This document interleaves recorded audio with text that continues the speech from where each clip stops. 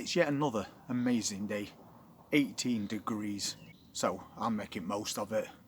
And today I'm going to put on some of these sweet bell peppers, really healthy looking plants. And that's what they're called if you've not seen them before. So I'm going to grab a couple of containers and get some of these moved on. Peppers need a long growing season, so the quicker we can get them going, the better.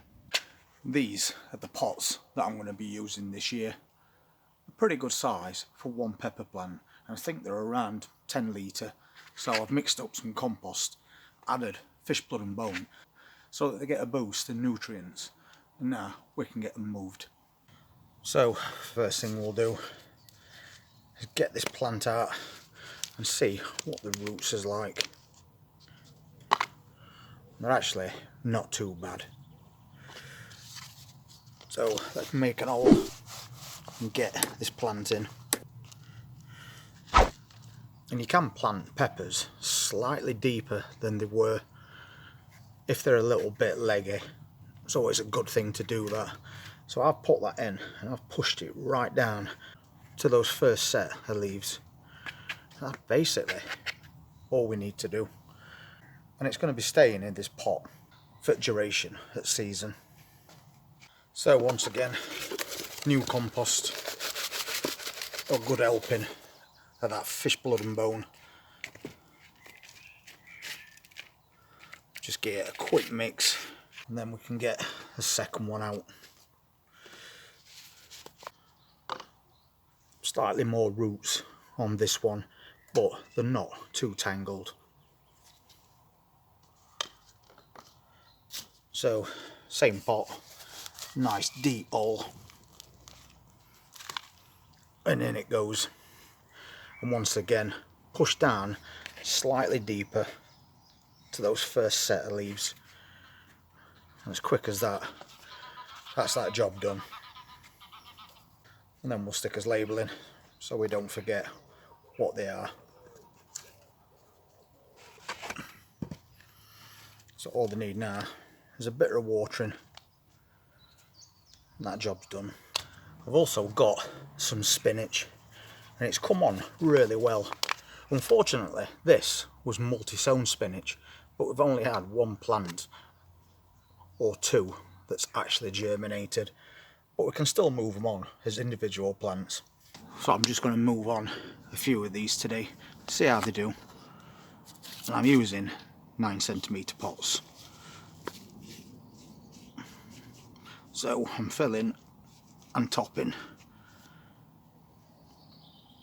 and then I'm going to make an hole in the centre, quite deep as well. We don't know how many roots we're going to get when we take these plants out, so I'll pick one that's on its own for the moment. That one.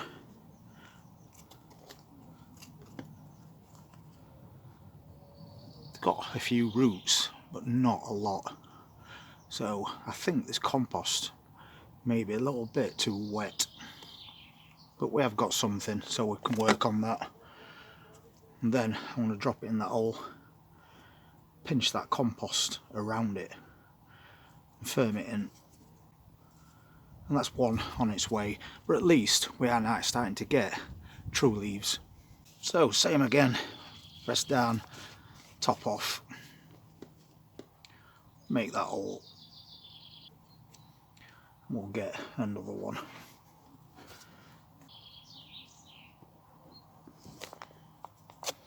I'm just going to dig this one out. It's coming away quite easily, but this one has got a lot more roots, as you can see. So I'm just going to take away some of that excess compost. And then we can just pop it in there. If it doesn't all fit in, you can quite easily just poke it down just to get all those roots in, and then we'll centre it and firm it, and that's two done. And we have still got these peppers as well. We grew these from seed and they've now started to get their own true leaves as well. So I'm going to leave those a couple of weeks longer, and then we'll prick all of these out and move them into the same size pots as we did that spinach. and then we've got lots of peppers for this season. So all the ones that's in here we'll do the same with, but we're not doing it with these tumbling tom tomato plants. They're going on that balcony, and we've already got as containers set up, so we'll get them planted at the end of this month, and then all I have to do is wait to pick that fruit. And something else I noticed as well yesterday, these are spring onions that were multi-sown, and you can see that we've got a good amount of germination. We've also got a couple of packs more of multi-sown beetroot as well, so they're also on the way. This is something else I'm sorting out today as well. These are Charlotte second earlies, and we've been chitting them, and as you can see they've done just that.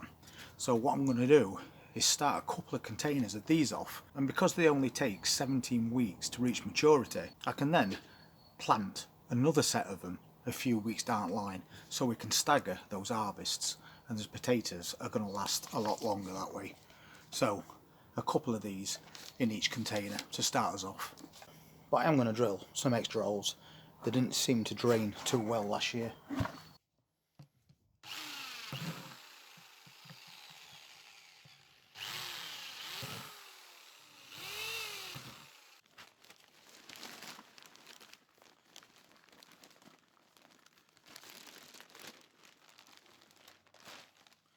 So I put a good amount of compost in, and then again I'm going to add fish blood and bone.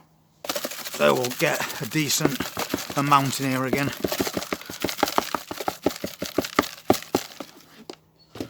Give that a quick mix.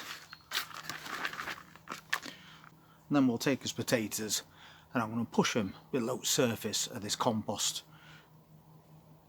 And I'm going to put one side like that, and the other can go this side. But what I'm also going to do is take off some of these chits. I don't want to be growing more foliage than potatoes, so 2 or 3 is plenty. And we'll get that one in, and then just top it off. But before I do that, I'll show you something else. If you don't leave your potatoes in light, then this is how your chits are going to grow. They're going to be white, and they're no good. They'll make unhealthy plants, so just knock them all off.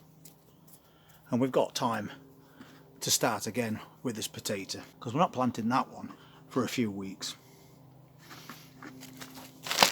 So now I'm just going to top it off.